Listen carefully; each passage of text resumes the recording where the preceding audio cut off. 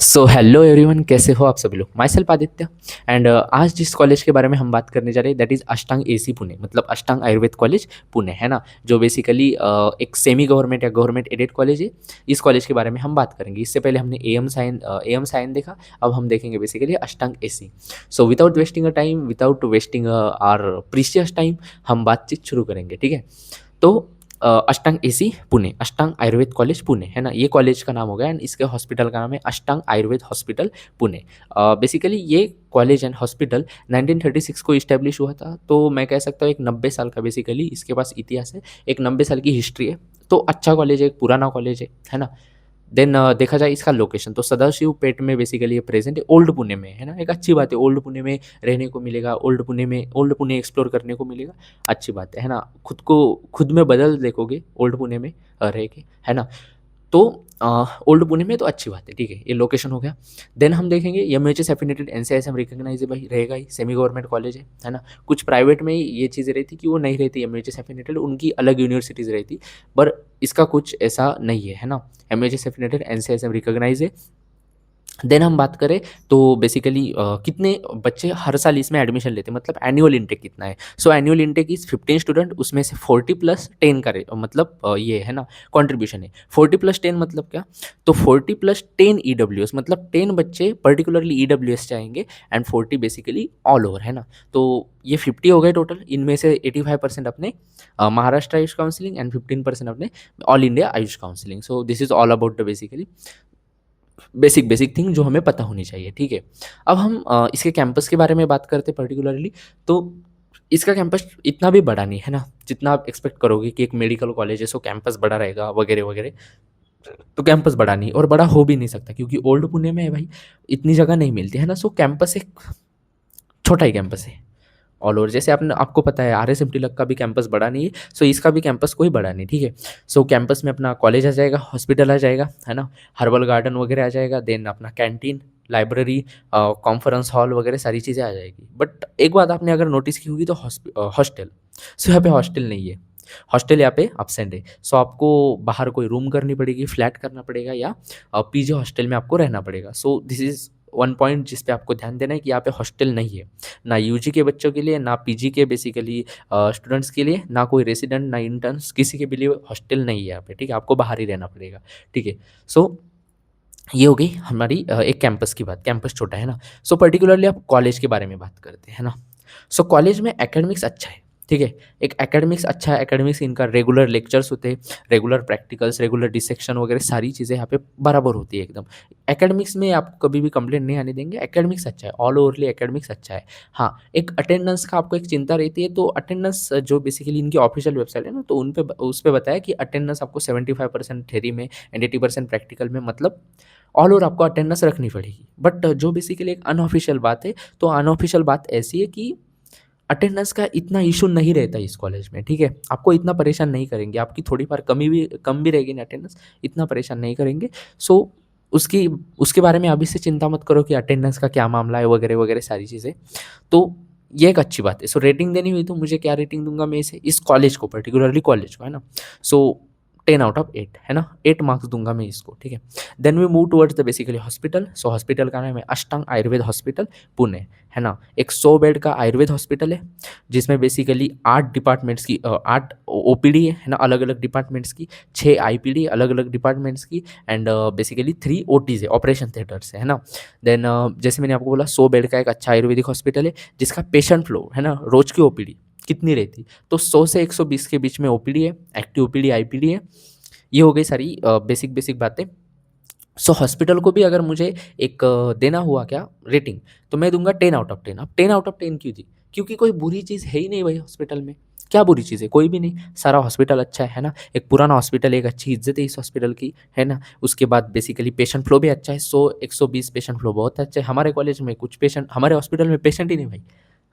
तो ये तो कितना अच्छा हो हमारे लिए, तो बहुत अच्छी बात है। बहुत एक है यार भाई, एक डिमेरिट है, मैं कह सकता हूँ एक डिमेरिट है। बहुत सारे बीएमएस कॉलेजेस का एक डिमेरिट है, पेशेंट नहीं, पेशेंट नहीं, पेशेंट है ही नहीं। क्या करें फिर, फिर बच्चों को क्या करना पड़ता, बाहर जाना पड़ता प्रैक्टिस के लिए।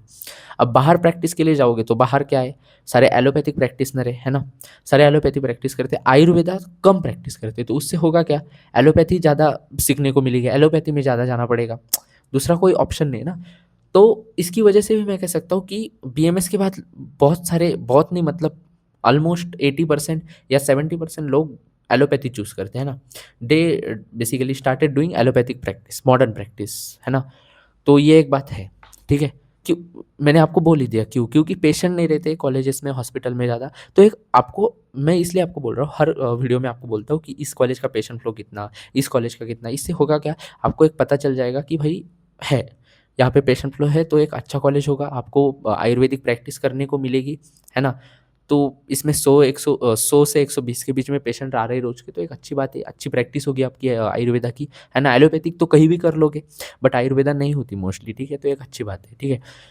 तो this is all about the basically hospital. So rating मैंने दे दी 10/10, है ना। अब हॉस्टल के बारे में बात करते हैं। सो हॉस्टल नहीं है ना। एक बुरी बात है, बट हॉस्टल नहीं है इस कॉलेज के में, कैंपस में कोई हॉस्टल नहीं है। सो ना यूजी के लिए, ना पीजी के लिए, ना इंटर्न्स, ना रेसिडेंट, किसी के भी लिए यहाँ पे बेसिकली हॉस्टल नहीं है। सो ये एक बुरी बात कह सकते हो। बट हाँ, आपको बाहर रूम करके या बेसिकली फ्लैट करके आप रह सकते हो, है ना।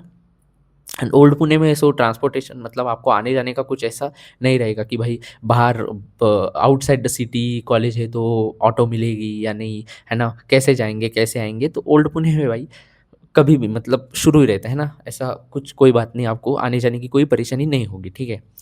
तो ये हो गई हमारी हॉस्टल के बारे में बात। देन हम फीस के बारे में बात करें तो ऑफिशियल वेबसाइट पे इन्होंने फीस नहीं दी। हाँ, एक बात बोलनी थी मुझे, जितनी भी हम बातें करते हैं ना, ये सारी ऑफिशियल वेबसाइट के अकॉर्डिंग रहती है, ठीक है। ऑफिशियल वेबसाइट के अकॉर्डिंग। तो मतलब मैं ऐसे कोई मन से नहीं डाल रहा कि इस ये कॉलेज का ऐसा, वो कॉलेज का ऐसा, नहीं। सारी ऑफिशियल वेबसाइट है ना, तो आप ऑफिशियल वेबसाइट पे चेक कर सकते हो। आप जितने भी अब तक हमने कॉलेज देखे, उन सब कॉलेज की ऑफिशियल वेबसाइट रहती है। जैसे अब इसकी ऑफिशियल वेबसाइट है अष्टांग एसी पुणे, ऐसा डालोगे तो फर्स्ट नंबर पे जो वेबसाइट आएगी उस पर खोलो, उस पर सारी चीज़ें दी होती है। बट हाँ, सिर्फ मैं वो क्या आपको बेसिकली एक बुक है समझो, ठीक है। एक बुक है, एक बुक है। अब बुक में तो सारा कंटेंट दिया है, फिर क्यों हम टीचर से पढ़ते, क्यों हमें टीचर की ज़रूरत पड़ती है। बुक में तो दिया है ना, आप पढ़ के खुद समझ सकते हो। बट यही बात रहती है कि एक समझाना है ना, एक समझाना आपको कि ऐसी है वैसा है, एक उसका अलग रहता है इम्पैक्ट, उसका बेसिकली अलग पड़ता है ना। आप नहीं समझता इतना, किताब से आप पढ़ने जाओगे, ठीक है, आप समझ रहे हो, आप पढ़ रहे हो, ठीक है, किताब से आप पढ़ रहे हो तो आपको समझ आ जाएगा, बट इतना नहीं आएगा, है ना। बट आपको अगर वही टीचर समझाएगा तो आपको एक अच्छे से समझ आ जाएगा। एंड मैं आपका एक भाई, है ना, बड़ा भाई छोटा भाई जो भी मानो, है ना, एक दोस्त, है ना, उसके हिसाब से मैं आपको समझाता हूँ सारी चीज़ें। एंड आई होप आपको ये पसंद आती होगी, है ना। तो this is all about this basically college, hospital, hostel के बारे में हमने सारी चीज़ें देख ली। हाँ, अब हम बात कर रहे थे फ़ीस की, तो फ़ीस की कोई भी यहाँ पे इन्होंने ऑफिशियल वेबसाइट पे बात ही नहीं की। एक बात इन्होंने की है कि यहाँ पे बॉन्ड नहीं है। सो एक अच्छी बात है, अगर आप पार्शियल ड्रॉप का सोच रहे हो, है ना, कि बीएमएस करते-करते हम नीट की प्रिपरेशन फिर से करेंगे, तो आपको कॉलेज छोड़ने में कोई परेशानी नहीं होगी, क्योंकि बॉन्ड का कोई सिस्टम नहीं है। सो एक अच्छी बात है। एंड हाँ, एक क्वेश्चन था जो मुझे बेसिकली 2-3 बार मुझे पूछा गया कि सेमी गवर्नमेंट मतलब गवर्नमेंट एडेड में इंटर्नशिप में स्टाइपेंड कितना रहता? सो गवर्नमेंट जितना ही रहता। गवर्नमेंट में कितना रहता? 18,000 मतलब 18 के। तो उतना ही स्टाइपेंड आपको इंटर्नशिप में मिलेगा in basically semi government colleges और गवर्नमेंट एडेड कॉलेजेस। कितना? 18,000। प्राइवेट में नहीं मिलता, प्राइवेट में कोई स्टाइपेंड नहीं रहता। गवर्नमेंट एंड गवर्नमेंट एडेड में 18,000 स्टाइपेंड मिलता है अब के टाइम पे, ठीक है। आगे चल के बहुत बढ़ेगा, बढ़ेगा और बेसिकली 4-5 साल बाद बढ़ेगा, ठीक है।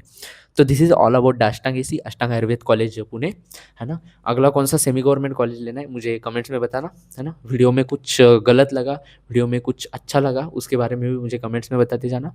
एंड बाकी सारी चीज़ें तो आपको पता ही है, आपको कोई भी मदद लगी तो जस्ट डीएम मी, है ना। मैं आपको सारी चीज़ें बताते जाऊँगा। सो मिलते हैं अगले वीडियो में। अगले वीडियो कौन से कॉलेज पे बनाना है मुझे बताना, ठीक है। तो मिलते हैं अगले वीडियो में, बाय।